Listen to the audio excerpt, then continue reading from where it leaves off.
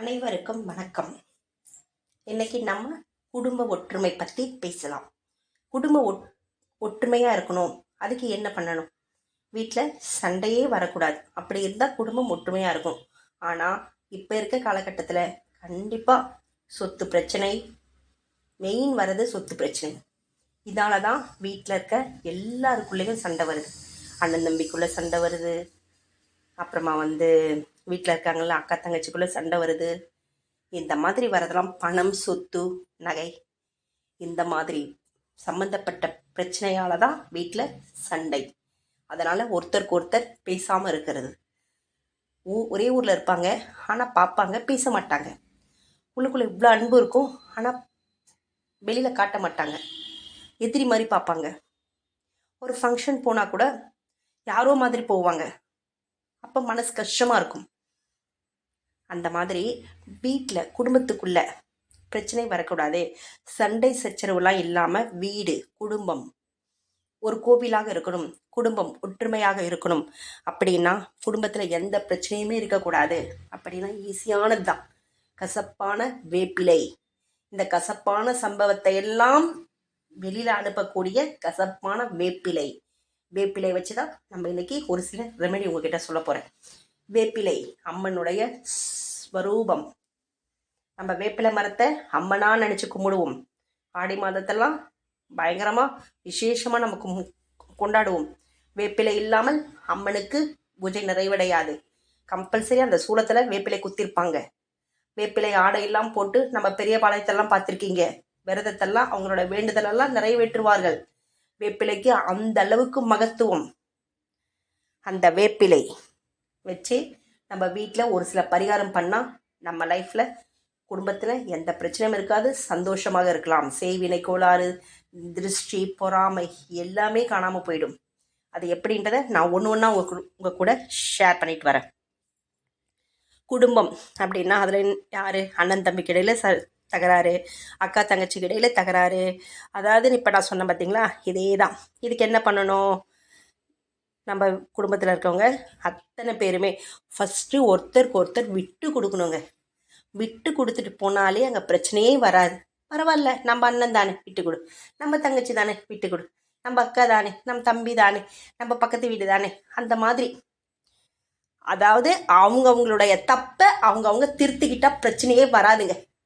இதுதான் main point. சண்டை வர்றதுக்கான காரணம் நம்ம செஞ்ச தப்பை நம்மளே ஃபர்ஸ்ட் திருத்தணும். அதுக்கப்புறமா கண்டிப்பா தகராறே வராது. இப்ப சொத்து என்ன, எதால தகராறு வருது? மொத்த சொத்தை நம்மளே அனுபவிக்கணும் அப்படின்னு நினைக்கும் போது கண்டிப்பா அங்க தகராறு வருதா இல்லையா? அதை ஷேர் பண்ணு. பரவாயில்ல, என் தம்பி தானே, நல்லா இருக்கட்டும், அவனுக்கு பாதி நான் பாதி ஈக்குவலா எடுத்துக்கலாம், பிரச்சனையே வராது.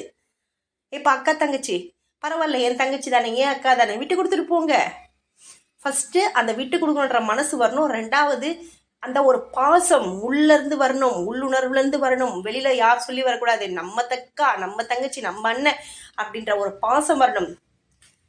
நம்மளுடைய ரத்தம், ரிலேஷன், பிளட் ரிலேஷன் அப்படின்ற ஒரு உணர்வு வந்தாலே அங்கே சண்டை வராதுங்க. இப்பெல்லாம் அதெல்லாம் காணுங்க. ஸோ அதுக்கு என்ன பண்ணணும்? வீட்டில் இந்த மாதிரி நிறைய பிரச்சனை எல்லார் வீட்லேயுமே இருக்குது. குடும்ப உறுப்பினர்களிடையே நிறைய பிரச்சனை. அதனால் நமக்கு என்ன ஆகுது? கடைசியில் ஆரோக்கிய கேடு வருது, மனக்கவலை அதிகமாக இருக்கும், ஒன்றுமே பண்ண முடியாது நம்மளால். அந்த மனக்கவலை வந்துட்டா நாமாவே இருக்க மாட்டோம். இப்படிப்பட்ட குடும்ப பிரச்சனையில் சிக்கி தவிக்கிறவங்க தாங்க நிறைய பேர் இருக்காங்க. அவங்களுக்காக தான் இந்த எளிய ஒரு வழிபாட்டை ஷேர் பண்ணலாம். இல்லை நீங்கள் யூஸ் பண்ணி பாருங்கள். சின்ன சின்ன வழிபாடு தான், ஆனால் நல்ல ரிசல்ட் கொடுக்குங்க. இதெல்லாம் நம்மளுடைய மூதாதையர் பண்ணி கொடுத்தது தான், வழி வழியாக வந்தது தான். இப்போ நான் உங்களுக்கு சொல்லிட்டு வர வழிமுறைகள். வீட்டில் டெய்லி நம்ம விளக்கேற்றுவோம் இல்லையா? ஸோ விளக்கேற்றும் போது வேப்பிலையை வச்சு விளக்கேற்றணும். எங்கே ஏற்றணும்? நம்மளுடைய நிலைவாசல் படி இருக்கு இல்லையா? டெய்லி கூட ஏற்றுங்க. அப்படி முடியாதவங்க செவ்வாய்க்கிழமை, வெள்ளிக்கிழமையில கூட நீங்கள் ஏற்றுங்க. முடிகிறவங்க டெய்லி ஏற்றுங்க. நம்ம நிலைவாசல் படிக்கு வெளியில் ஏற்றணும். எப்படி ஏற்றணும்? 2 பக்கம், நிலைவாசல் படிக்க 2 பக்கம் இருக்கு இல்லையா? அங்கே மஞ்சள் தூள் இருக்கு இல்லைங்களா? அதை ஸ்கொயர் ஷேப்பில் ஒரு கோலம் மாதிரி போட்டுக்கோங்க. அதாவது ஒரு ஸ்கொயர் ஷேப்பில் வரைஞ்சிக்கோங்க. வரைஞ்சிட்டு அதுக்கு மேலே உங்ககிட்ட பசு சாணம் இருந்தால் வச்சுக்கோங்க. இல்லையா, அந்த அகல் வந்து எப்பவுமே வெறும் தரையில் வச்சு ஏற்றக்கூடாதுன்னு சொல்லுவாங்க. தீபத்தை வெறும் தரையில் வைக்கக்கூடாது. நம்ம வேப்பிலை வைக்க போகிறோம், இருந்தாலும் ஒரு அகல் ஏதாவது ஒரு இல்லை சின்ன பிளேட் அகல் வைக்கிறதுன்னு குட்டி குட்டி பிளேட் கடைக்கில் விற்கிது, அந்த மாதிரி இருந்தாலும் வாங்கி வச்சுக்கோங்க. இப்போ என்ன பண்ணுங்கள், கோலம் போட்டுட்டிங்களா, அதுக்கு மேலே வேப்பிலையை எங்கேயாவது பக்கத்தில் அக்கத்தில் இருந்தால் எடுத்துகிட்டு வாங்க. அந்த வேப்பிலையை பரப்பிட்டு அதுக்கு மேலே அகல் வச்சு மஞ்சள் திரி போடணுங்க. மஞ்சள் திரியிலாம் நாட்டு மருந்து கடையிலே கிடைக்கும், இல்லைனா கூட டிபார்ட்மெண்ட் ஸ்டோர்லலாம் கிடைக்கும். நீங்கள் அப்படி உங்ககிட்ட கிடைக்கலன்னு வச்சுக்கோங்களேன், நம்ம வீட்டில் ஒயிட் கலர் பஞ்சு திரி இருக்கு இல்லையா, அதில் மஞ்சள் தடவிடுங்க. மஞ்சள் அப்படியே பூசி விட்டுடுங்க, அவ்வளோதான், மஞ்சள் கலர் திரி ஆகிடும். இப்போது மஞ்சள் திரி போட்டுட்டிங்களா, வீட்டில் இருக்க நல்லெண்ணெய் ஊற்றிட்டு நீங்கள் தீபம் போடுங்க. டெய்லி போட்டுட்டு வாங்க. வீட்டில் இருக்க திருஷ்டி நீங்கும். வீட்டில் ஃபஸ்ட்டு திருஷ்டி வந்தாலே சண்டை சச்சரவுகள் வீட்டுக்குள்ளே வர ஆரம்பிக்கும். அதனால் திருஷ்டி இருக்கக்கூடாது. எதிரிகள் உங்கள் வாழ்க்கையிலிருந்து நிரந்தரமாக விலகணுமா, இந்த மெத்தடை நீங்கள் ஃபாலோ பண்ணுங்க. வேப்பிலையால் நீங்கள் விலக்கேற்றுங்க. உங்களுக்கு எதிரி தொல்லையே இருக்க மாட்டாங்க. ஏன்னா ஃபஸ்ட்டே சொன்னேன், கசப்பு கசப்பை எடுக்கும். நம்மளுடைய மனக்கசப்பை எல்லாம் தூக்கி தூர போடும். அப்படிப்பட்ட அற்புதமானது தான் இந்த வேப்பிலை. அதனால்தான் அந்த காலத்துலலாம் வேப்பிலை மரத்தை வீட்டுக்கு முன்னாடி வளர்ப்பாங்க. என்ன சொல்லுவாங்க, வெளியில் வீட்டை விட்டு வெளியில் போகும்போது அந்த நம்ம வீட்டு பெரியவங்கள்லாம் அந்த வேப்பிலை கிளி தள்ள வச்சுட்டு போமான்வாங்க. அந்த கொழுந்து இருக்கு இல்லைங்களா, 3 இலை மாதிரி வரும் கடைசியில், அந்த கொழுந்தை எடுத்து தலையில் வச்சுட்டு போவாங்க பெண்கள்லாம். நம்ம எந்த காரியத்துக்காக வெளியில் போகிறோமோ அந்த காரியம் நல்லபடியாக வெற்றி அடைஞ்சு ஜெயமாக வீட்டுக்கு திரும்பி வரணும். நம்ம சந்தோஷமாக போனால் சந்தோஷமாக திரும்பி வருவோம், இந்த வேப்பிலையை கையோடு எடுத்துகிட்டு போனால். ஏன்னா வேப்பிலை அம்மனுடைய ஸ்வரூபம் சொன்னேன். அப்படி இருக்கும்போது நம்ம அம்மனுடைய கட்டுப்பாட்டுக்குள்ளே வந்துட்டோம். அம்மன் நமக்கு பாதுகாப்பாக கவச வளையத்தை போட்டுட்டாங்கன்னு அர்த்தம். அப்போ நமக்கு எந்த பிரச்சனையுமே நம்மளை நெருங்காது, எந்த ஒரு எதிர்மறை ஆற்றலும் நம்மளை தாக்காது, எந்த துர்தேவதையும் நம்மளை தாக்காது. ஏன்னா நம்ம கூட அம்மன் கவசமாக இருக்காங்க. அதனால தான் வேப்பிலையை எடுத்துகிட்டு போகணும். பறிக்கும் போது ஓம் சக்தி தாயே எனக்கு எல்லாம் நீ தான் அப்படின்னு நினச்சிட்டு அந்த வேப்பிலையை பறித்து நீங்கள் தலையில் வச்சுக்கலாம். ஜென்ஸாக இருந்தால் உங்களுடைய ஹேண்ட்பேக்லையோ இல்லை பர்ஸ்லேயோ வச்சுக்கலாம். இந்த மாதிரி நீங்கள் வெளியில் போகும்போது எந்த ஒரு நல்ல விஷயமா வெளியில் போகிறீங்களோ ஒரு 2 வேப்பிலையை அப்படி உங்களுக்கு கூட எடுத்துகிட்டு போயிடுங்க. ரொம்ப நல்லது. உங்களுடைய நீங்கள் எப்படி சந்தோஷமாக கிளம்பி போனீங்களோ அதே மாதிரி சந்தோஷமாக வீட்டுக்கு வருவீங்க. ஒரு மேரேஜுக்கு போகிறீங்க, என்ன பண்ணுவோம், நம்ம நல்லா ஆடம்பரமாக நல்ல பயங்கரமாக ட்ரெஸ்லாம் பண்ணிவிட்டு மேக்கப்லாம் பண்ணிவிட்டு பந்தாவாக நம்ம போவோம் இல்லையா, இருக்கிற நகரட்டெல்லாம் வாரி போட்டிட்டு போவோம். போகும்போது நல்ல ஜகஜோதியாக போவோம். வரும்போது பார்த்துருக்கீங்களா, வந்தவொடனே படுத்துருவோம். எல்லாருக்கும் நடந்திருக்கு தானே. என்னைக்காவது திங்க் பண்ணியிருக்கீங்களா? நல்லா யோசனை பண்ணி பாருங்க. டெய்லி நம்ம போகிறோம் வரோம், அப்போல்லாம் நமக்கு கண் திருஷ்டிப்படாது.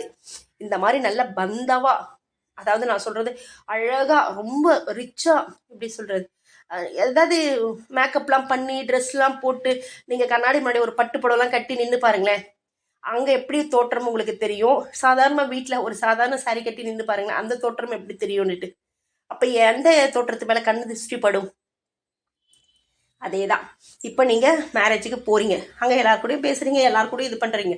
ஆனால் திருஷ்டி தோஷம், அங்கே இருக்கிற எதிர்மறை தாக்குதல் உங்கள் மேலே கண்டிப்பாக விழுந்திருக்கும். வீட்டுக்கு வரும்போது அச்சு போட்ட மாதிரி இருக்கும்.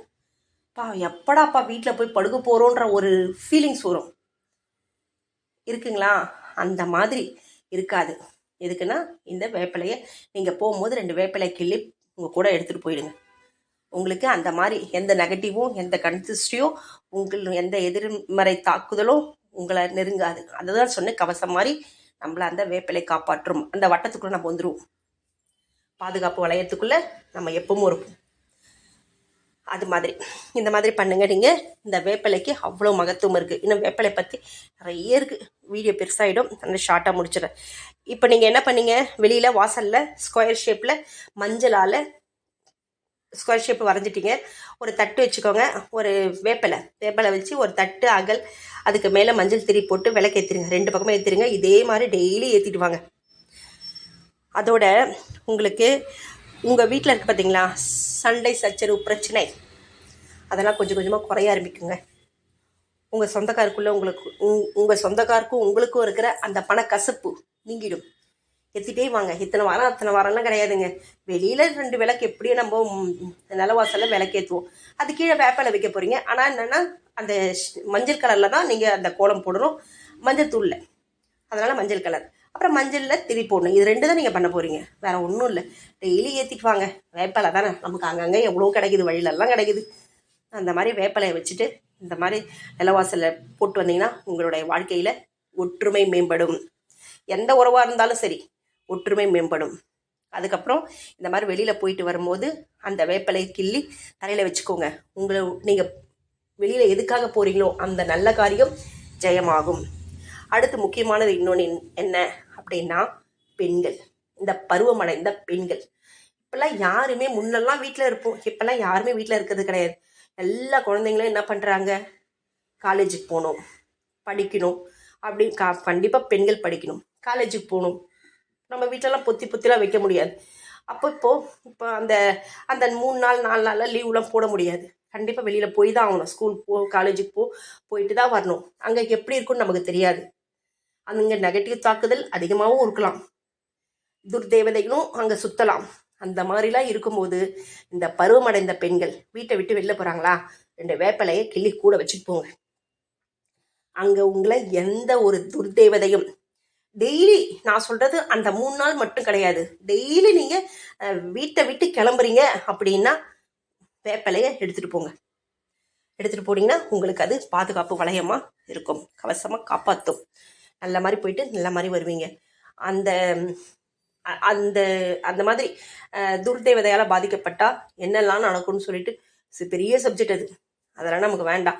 ஒரு வேப்பிலை வச்சுங்க, வைக்கும் போது அம்மா தாயே, ஓம் சக்தி தாயே, எனக்கு துணையாயிரு வேண்டிக்கோங்க, எனக்கு காப்பாத்துன்னு வேண்டிக்கோங்க. முடிஞ்சு போச்சு. ஓம் சக்தி, அவ்வளோதான். அம்மனுடைய ரூபம் தான் வேப்பிலை மரம். அதுக்கப்புறம் இன்னொரு விஷயம், வீட்டில் இந்த சண்டை சச்சரவுலாம் இருக்கா, என்ன பண்ணணும்? ஒன்று வெளியில் தீபம் போட சொன்னேன். இன்னொன்று 2 கொத்து, ஒரு கைப்பிடி அளவுக்கு வேப்பிலை எடுத்துக்கோங்க. உங்கள் சாமி முன்னாடி, இதை வெள்ளிக்கிழமையில் செய்யுங்க. உங்கள் சாமி முன்னாடி நின்றுக்கோங்க, பூஜை ரூம்லேயே செய்யலாம். ஒரு மஞ்சள் கலரில் துணி எடுத்துக்கோங்க, ஸ்கொயர் ஷேப்பில் 2, அதான் ஒரு கைப்பிடி வேப்பிலையை அதில் வச்சுருங்க. 1 ரூபாய் காயின் அதில் வச்சுட்டிங்களா? இதெல்லாம் வெள்ளிக்கிழமை மாலையில் செஞ்சால் ரொம்ப நல்லது. அதை முடித்து வெள்ளிக்கிழமை மாலை இந்த ஒரு ஸ்கொயர் ஷேப் மஞ்சள் துணியில் ஒரு புடி வேப்பிலை வச்சுங்க, 1 ரூபாய் அதில் போட்டுட்டு முடிச்சிடுங்க. அந்த இது முடிஞ்சிட்டு உங்கள் சாமி பாதத்தில் வச்சுடுங்க, பூஜை ரூமில். அப்படியே இருக்கட்டும். உங்கள் குலதெய்வத்தையும் இஷ்ட தெய்வத்தையும் அம்மனையும் வேண்டிட்டு அங்கே வச்சிட்டிங்களா? அப்படியே இருக்கட்டும். சாட்டர்டே சண்டே, வெள்ளிக்கிழமை வச்சிங்க, சாட்டர்டே சண்டே இருக்கட்டும். அதுக்கப்புறம் 2 நாள் கழித்து அந்த வேப்பிலையை எடுத்துருங்க. அந்த எல்லோ கலர் மூட்டையை எடுத்துகிட்டு அதில் இருக்க வேப்பிலெல்லாம் ஓரளவு காஞ்சிருக்கும், அதை மட்டும் எடுத்துருங்க. 1 ரூபாய் எல்லாரும் அம்மன் கோயிலில் உண்டியெல்லாம் போட்டுடுங்க. இந்த காஞ்சி போன வேப்பிலை இருக்கு இல்லைங்களா, அதை எடுத்து உங்களுடைய ஓம் சக்தி தான் சொல்லிவிட்டு உங்கள் வீடு ஃபுல்லாக தூபம் போட்டுருங்க. இந்த மாதிரி போட்டுட்டு வந்தீங்கன்னா உங்கள் வீட்டில் எந்த ஒரு பிரச்சனையும் இருக்காது. வீட்டில் சந்தோஷமும் நிம்மதியும் குடிகொள்ளும். எந்த ஒரு கண் திருஷ்டியோ செய்வினை கோளாறோ எதுவுமே இருக்காதுங்க. இந்த வேப்பிலைக்கு இவ்வளோ மகத்துவம். அதனால் இந்த வேப்பிலையை எங்கே போனாலும் எடுத்துகிட்டு போங்க. கோயிலுக்கு போனீங்கன்னா கூட அந்த சூளத்துலலாம் குத்தி வச்சுருப்பாங்க, கோயிலெல்லாம் இருந்தால் கூட எடுத்துகிட்டு வாங்க. வீட்டில் எடுத்துகிட்டு வந்து உங்களுடைய பூஜை ரூமில் வச்சுக்கோங்க.